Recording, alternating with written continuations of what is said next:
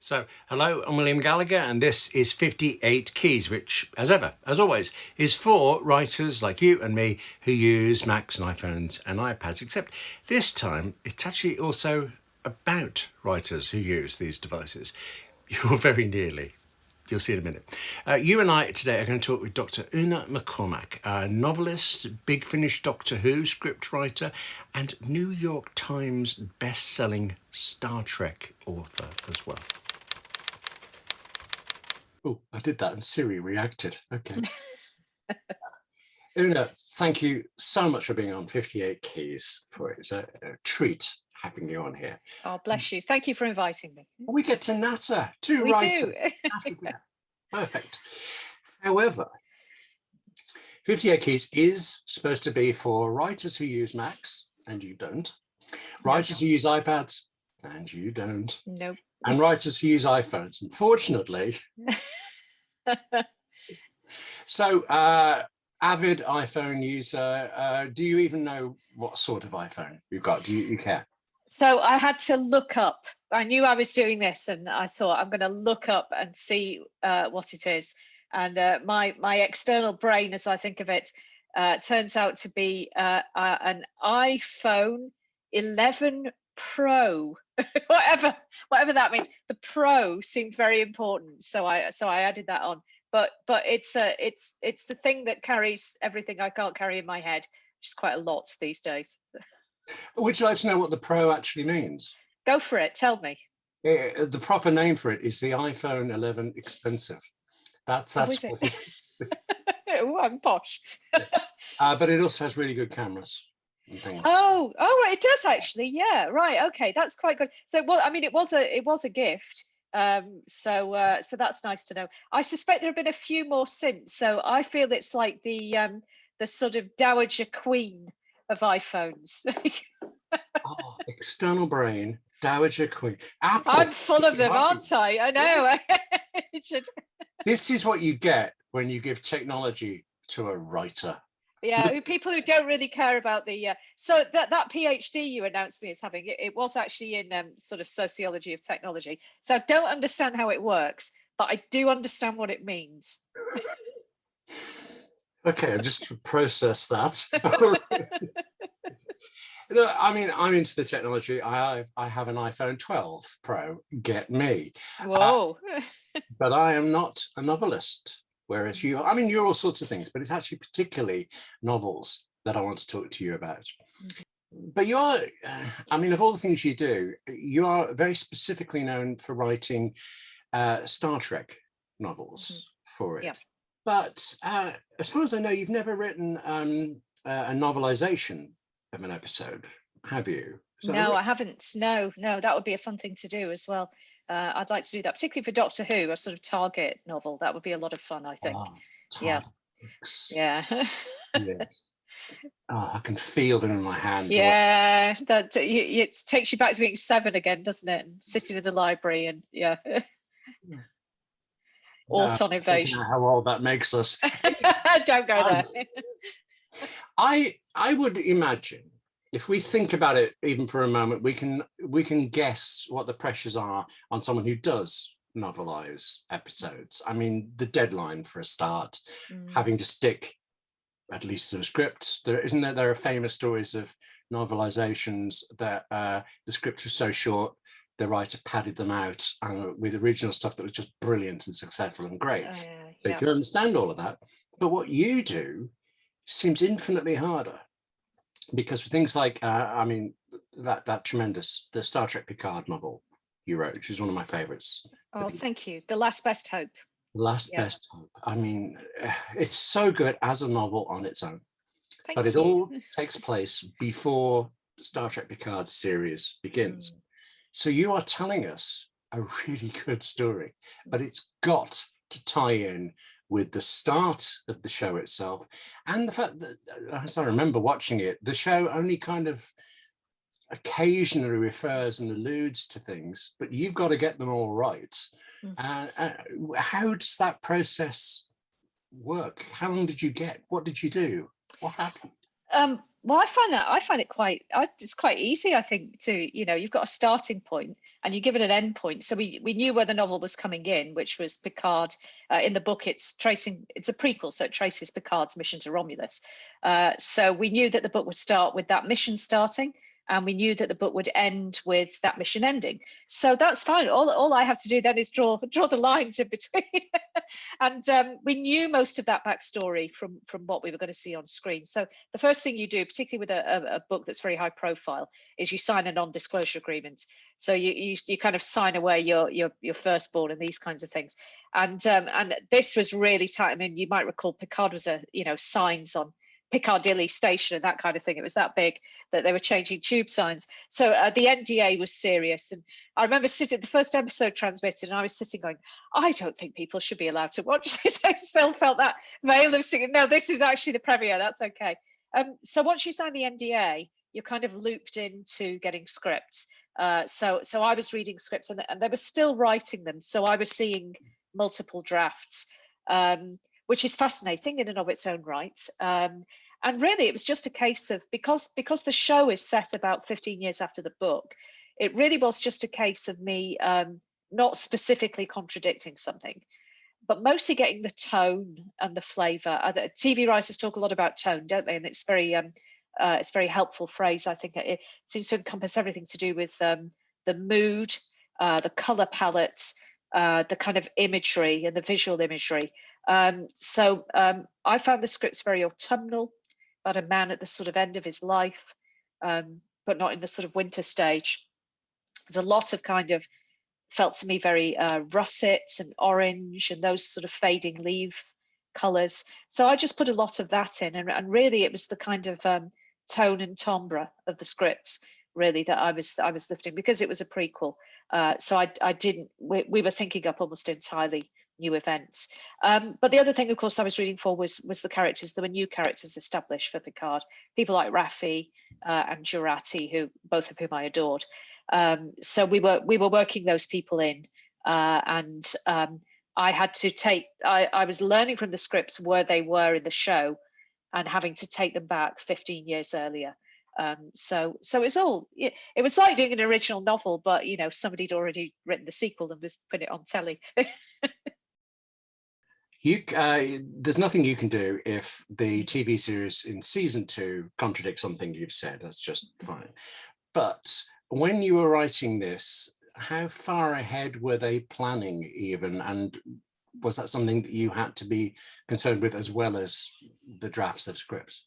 Oh, I was just concerned with this season because I was seeing drafts of that season 1. So that was sort of still being, completely pinned down. You know what teleproduction's like. So that really was all I was concerned with. So and even, as I say, to some extent, I didn't worry about it because the events of that weren't really having an impact on my story.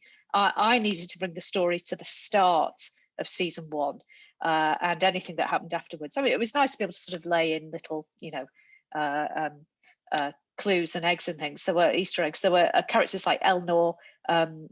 Also, I'm blanking on her name now. It's terrible. Zani, the Kurt Malat character who appears.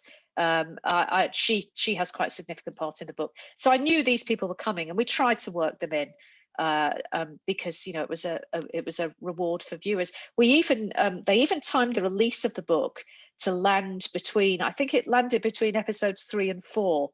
And if you got it then, if you got it as it came out and read it, you were absolutely, it just made what came in episode 4 even better. It was kind of fuller and richer, we hoped.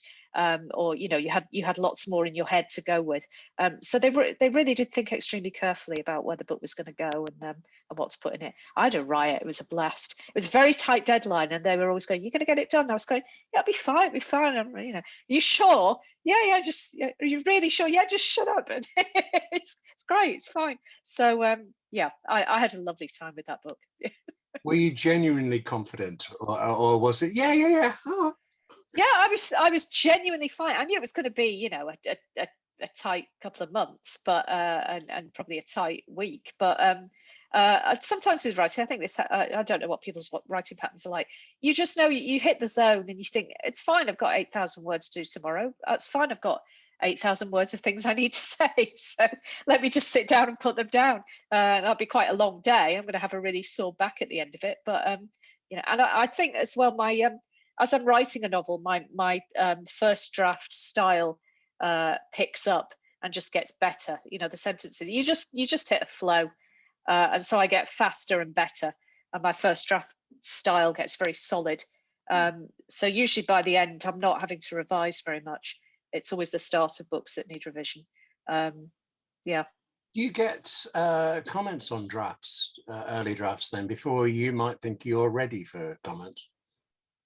No. I know when it's rubbish. I know when it's not working. I know when it's not shaped right. And when I hand it in, I'll be thinking, yeah, I'm going to get a note back on that, but I want them to take a look at it, and you know, ideally give me a suggestion because I'm stuck. So I'm lucky that my first draft is pretty solid. Which is, but that's down to planning. I do a lot of outlining, which you have to do for this kind of work. They ask for outlines. So I think the Picard novel was a 100,000 K novel, and the outline was about 8,000 words. So you've got nearly a tenth of the book down, right. And that covers a lot of, you know, that does a lot of the work for you. I'm just honestly surprised that's how long the novel is. I mean, I suppose I read it on an iPad, so you don't have to feel of the page, but it flows so quickly. I didn't. Oh, okay. It's a long book. Yeah, it's quite a big book. It doesn't feel like it. I mean, in all the positive ways. Good. Yeah. How long did you have from first NDA to delivery? Oh, I can't remember now, but I think actual writing was probably about maybe 10 to 12 weeks.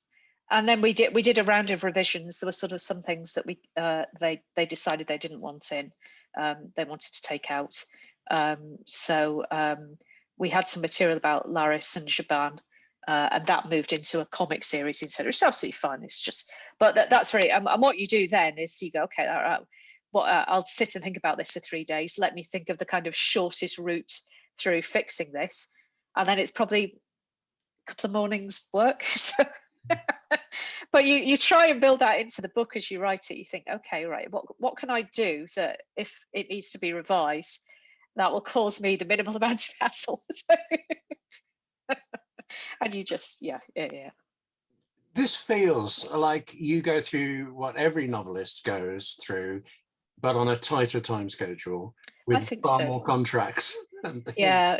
And I think, do you know what was the real thing that helped was I had a baby 7.5 years ago, and that left me with very, very little time in the day to get anything done. But nobody cares about that. Nobody cares that, you know, those people have babies, they're, you know, whatever. I've still got this production schedule. And it made me extremely decisive because I would look at my schedule and go, right, I've got 20 minutes there and I have to get this down. I haven't got time to sit here and think, what do I need to do? Right, I need to do bosh, bosh, bosh. And then I would bosh, bosh, bosh. It's incredible what you can do in 20 minutes. So, yeah. So you recommend that I recommend everybody has a baby. Find the equivalent of the thing that makes you extremely time poor. And then, well, we're all time poor, aren't we? Don't try to mix onto equivalence. Let's just stick on baby here. What is that poor child going to grow up thinking? I was a productivity tool. She was the human incarnation of Pomodoro techniques. Poor kid, yeah. Something I want to ask you about is kind of related to all this. It's still on Star Trek, because the first time I ever met you, I just read Hollow Men, your Deep Space Nine novel. And actually, that was the opposite, wasn't it? That was following on. Yeah. An episode.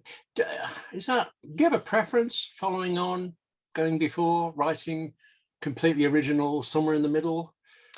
As long as it's got Garrick in it, I'm kind of happy. I think. But which I suppose to hope didn't. I don't really mind. I think so. My background was kind of as a fan fiction writer, and when you're a fan fiction writer, you just look for story everywhere. You look for it before episodes, you look for it in the middle of episodes, the missing beats. You look for it in the consequences of episodes. You switch into alternate universes. You can think about having multiple versions of these characters in your head at the same time. So as long as I'm having fun, as long as I feel the story means something and has emotional consequences, I'm happy. I'm happy. And these stories felt like, well, Last Best Hope felt like it did. Hollow Men did too, although I don't think of us as that. I read Hollow Men back now and go, oh, I could do this so much better now. But you can't until you've written that version, can you? So I don't think I quite have the plots under control with Hollow Men, but you know. Fooled me. Okay, that's good. I'm not sure about what goes on in some bits. You're mentioning Garrick there, though, this great character in Deep Space Nine. That reminds me, in the show itself, there's a point when he's referring to this fantastic Cardassian novel, and we are led to believe that it is numbingly boring. You then wrote that novel for him, am I right? The Neverending. I wrote a novel with the same title, but the novel from the show appears in the novel, where everybody finds it deadly boring, and the author of it in the book has a name very similar to mine. So, and everyone's going, oh, don't read it, it's rubbish, it's tedious. Don't know how they got away with it. So that goes on all the way through the book. But yeah, it's a book with the same title. Yeah. And then there's also in the book, there's another book called The Ending of the Neverending Saga. So I just milked that one for as much as I could. That's a novel-length joke then, isn't it? Do you know, you spend a lot of time by yourself as a novelist, so you've got to get your fun somewhere. Okay. I realise there's very few things I can ask you anything about what you're doing next. You just presumably can't tell me much. In a very broad sense, you're sitting there today. If you have an idea for a Deep Space Nine story, Deep Space Nine being the best of all the Star Trek series, let's just put that out there. Are you able to pitch it, or is it that the public Paramount is only looking for discovery novels at one point or Voyager at another? Is there any freedom for you to pitch ideas? There might be. I think what's tending to happen at the moment is that I finish one. So I've just published a discovery novel set at the start of season 3 called Wonderlands, all about Burnham's gap year. It's not too much of a spoiler, I hope.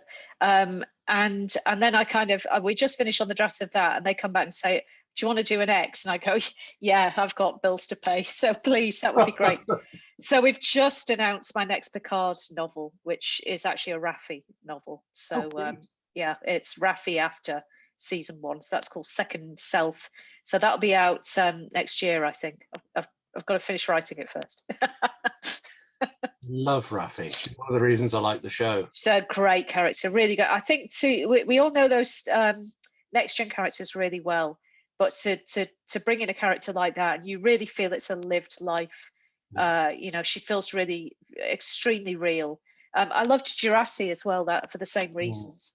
You felt, and that's a tribute to the performers actually, because you know, I don't think I really, until I started doing audio dramas. I mean, you write novels and you create characters, but until I started doing audio dramas and watched actors perform lines. Flipping heck, they're good, aren't they? It's magic what they do. It's just incredible. So, you know, you see, I've written lines, I've handed them over to, you know, I've gone, that's a terrible character. And then an actor has just inhabited this person. And you feel like there's, you know, life behind them. And I mean, they'll have read the script and thought about it and rehearsed, but they just bring that. I think it's magic. It's what I do, but very slowly and not in the minutes. It's incredible. I still can't get over the idea of an actor having read my words and thought about them and worked on them and performed them. Their whole process based on what I thought up. And sometimes I don't like what they've done. Other time, I think, oh, I wrote that. Yeah, and you think I had no, and you go, that was, I had no idea that was latent in what I wrote, and yet what you've put there, whatever I had in mind, that is so much better. So yes, go with that. So yeah. I love it. I love. So I mean, I've not really done a great deal. I've only done kind of audio dramas for Big Finish, who do the Doctor Who spin-offs. but everybody there just brings this incredible. It's amazing. I love it. I wanted to ask you about this because I've written Big Finish as well. I love script writing, and I'm not really a novelist, although I've done prose fiction. I like the two because you do, I mean, quite a lot of both. Do you find it's a different writing muscle? To some extent. I think my novels are quite dialogue driven, because I've got this. I've not got much descriptive power. I don't really have any visual imagination at all. I don't see pictures when I write. So my novels are quite dialogue driven, and I think I learned to write novels from watching television. So they're constructed very like novels as well. They're constructed like a scene from Blake Seven, yeah, or scenes from Law and Order, which is where I really learned how to write, construct scenes and write dialogue, when to come into a scene and when to leave it, that kind of thing, and how to switch the power, and how to use props and that kind of thing. So I learned to write novels from probably more from watching television than from reading novels, to be honest.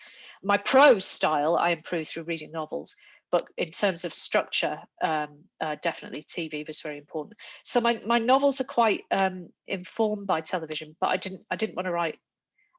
Television kind of involves having to talk to people, and I just like sitting at home alone. So rather write novels. So I think to some extent there's quite a lot of overlap. You have to pair it right back with audio drama. I would find television very, very hard to do because I know a lot of this is in the hands of the director, or the photographers, but I would find it really, really hard to kind of communicate a vision of how I wanted a scene to look. And that seems to me to be at least part of TV writing. I don't know, maybe they'd be happier just getting word dialogue and going, yeah, okay, I'll just frame this however I want. The writer's not in the way going, no, it's meant to be like this, flipping writers. But right at the start when we were talking, you threw in this gorgeous phrase about using autumnal colours for Picard, and that was in the description as much as in the dialogue. That's so I true. think this is bollocks that you can't do description. What are you trying to pull? Oh, I've thought very hard about this, and I don't do description at all. I did a class recently, a master's degree class with some creative writers. They'd read one of my novellas, and I said this about not being able to do description, and they went, no. When you did this, I pictured exactly what you had in mind. No. I had nothing in mind. So it was about a sunset, and I had nothing in mind. All I knew is that I had a sunset and an emotion that people were feeling, and I asked you to feel that emotion in connection to a sunset, and you plugged in an image that you already had in your head. I never visualize things. People do it for me. I give them an idea of an image, but most of all, I give a strongly felt emotion, and they plug in the picture for me. It's brilliant. There's very little description in my book. It's very sketched. This means it's fair to say that my Star Trek Picard novel was brilliant. You just typed it for me. Well, I'd like to think there was some craft involved. Listen, Dr. Ian McCormack, I'm such a treat to actually get to have a proper natter with you. Thank you very much for being on 58 Keys. Thank you for having me. Thank you. Look, you know how YouTube works. There are links below. There are always links below, which is very handy if you're watching this on a computer, on an iPhone and an iPad. Slightly more perplexing if you're watching on Apple TV, or I think also Roku. But it's worth the effort of looking around for them, particularly this time, because the links below, of course they do. They show you how you can find out more about Una and her books. If you're watching this, by the way, as it first goes out in August 2021, do subscribe and hit the bell notification thing so that, you get told when each of the new interviews is out. And if you're watching much later on, well, then actually all of the interviews are done and they're in a playlist on this 58 Keys channel, so you could just go straight there without this whole subscribing lark. No, it's fine. You just go right there. Thank you for watching this edition of 58 Keys, and thank you to the UK's Arts Council too for helping with these special interview episodes in particular. Now, shouldn't you be going ahead and reading some of Una McCormack's books? It's that or writing, isn't it? Take care of yourself, and I'll see you soon.